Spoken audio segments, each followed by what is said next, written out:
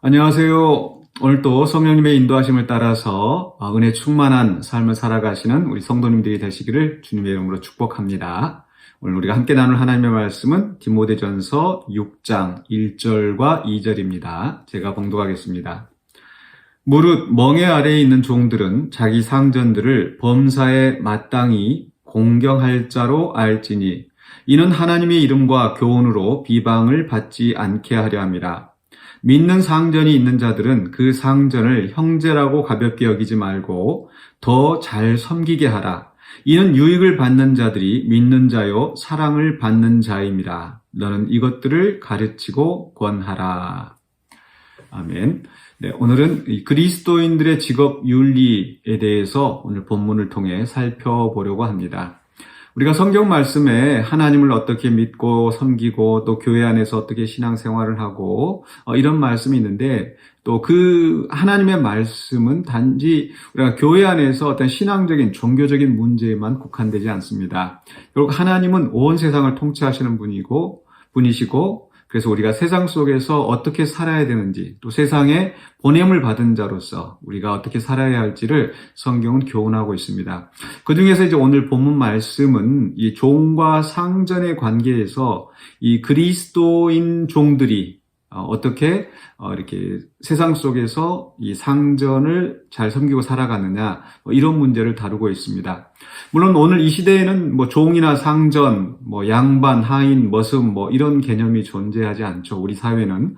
그러나 또 다른 면에서 보면은 우리의 직장 생활, 직업 윤리 이런 것들을 생각할 수 있겠고 또 꼭 직장이 아니더라도 우리 모든 인간 관계 속에서 우리가 어떤 그 상하 관계 또 어떤 그 동료 관계도 마찬가지고요. 어떤 모양으로든 우리는 다른 사람들과 이 세상 속에서 관계를 맺고 살아가는 거죠. 그래서 오늘 말씀을 통해서 우리가 어떻게 또 세상 속에서 살아가야 되는지를 우리가 교훈을 삼을 필요가 있는 것 같습니다. 먼저 1절에서 무릇 멍에 아래 있는 종들은 자기 상전들을 범사에 마땅히 공경할 자로 알지니 이렇게 말씀합니다. 우리는 하나님의 은혜로 모든 죄의 종에서 벗어나게 되었고 또 누구에겐가도 속박되지 않고 하나님 나라의 백성, 하나님의 자녀의 신분이 되었습니다. 그러나 우리는 세상 속에서 여전히 매여 있는 그런 신분인 거죠. 즉 우리는 세상에서 우리의 의무가 있다라는 것을 기억해야 합니다. 그래서 직장인으로서 또는 가정 안에서는 자녀로서든지 또 학교에서는 또 학생으로서 또 물론 이제 교사로서 그리스도인이신 분은 또 교사로서 어떤 그런 책임들이 있겠죠.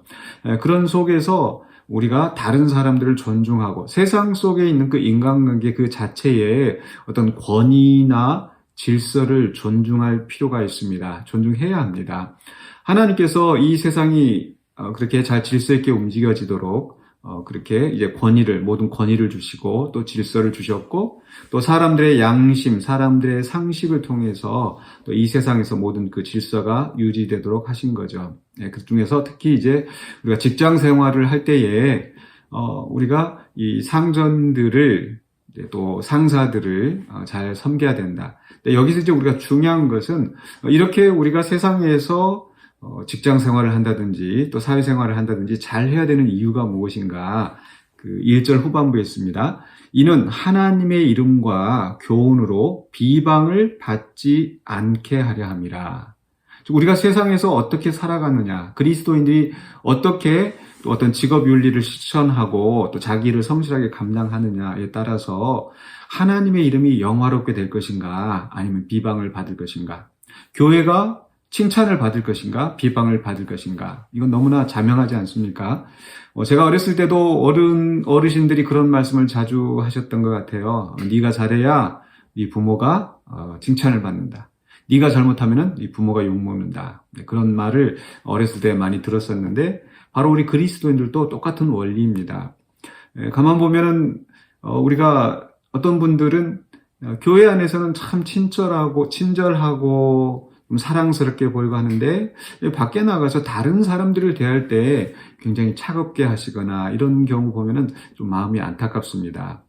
예를 들어서 식당에 가서도 우리가 막 그 종업원들을 함부로 대하거나 이렇게 하다가 이제 음식이 나오니까 기도합시다. 뭐 이렇게 그리스도인들인 것이 나타난다면, 또는 이제 이 얘기를 하다 보면은 누구 권사님, 뭐 장로님, 집사님, 목사님 이렇게 나오지 않습니까? 그런데 만약에 그 식당에서 그렇게 좀 까다롭게 하거나 또는 그 예의를 지키지 않거나 이렇게 하면은 결국은 하나님이 또 교회가 그 욕되게 하는 그런 결과를 가져오게 하는 거죠.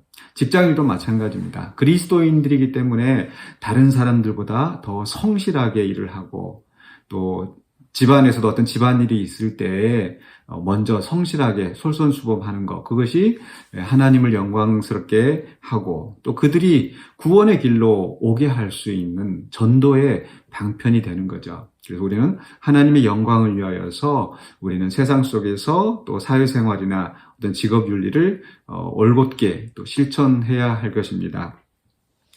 또 두 번째로는 2절에서는요, 믿는 상전이 있는 자들은 그 상전을 형제라고 가볍게 여기지 말고, 특별히 그 상전이 이제 믿는 상전이라고 할 때, 이 교회 안에 들어오면은 사실 형제 자매거든요.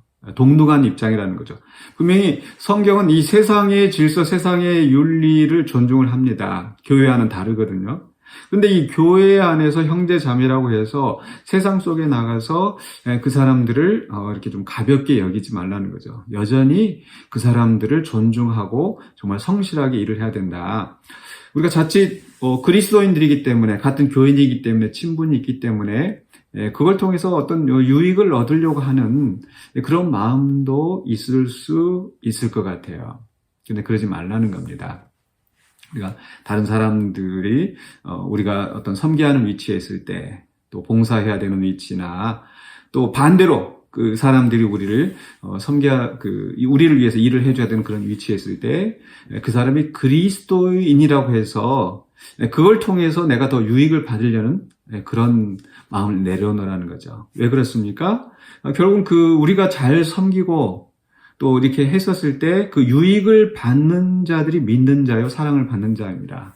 뭐 예를 들어서 어떤 우리가 같은 교인이 이게 장사를 하고 있으면, 뭐 요즘 그러신 분은 많이 없을 것 같긴 한데요. 예를 들면은 가가지고 뭐 이렇게 깎는다든지 이렇게 해서 이제 교인이기 때문에, 아는 사람이기 때문에 뭔가 그렇게 하기보다는 내가 더 값을 잘 줘서 하면 결국은 내 형제 자매가 유익을 얻는다는 그런 말씀입니다.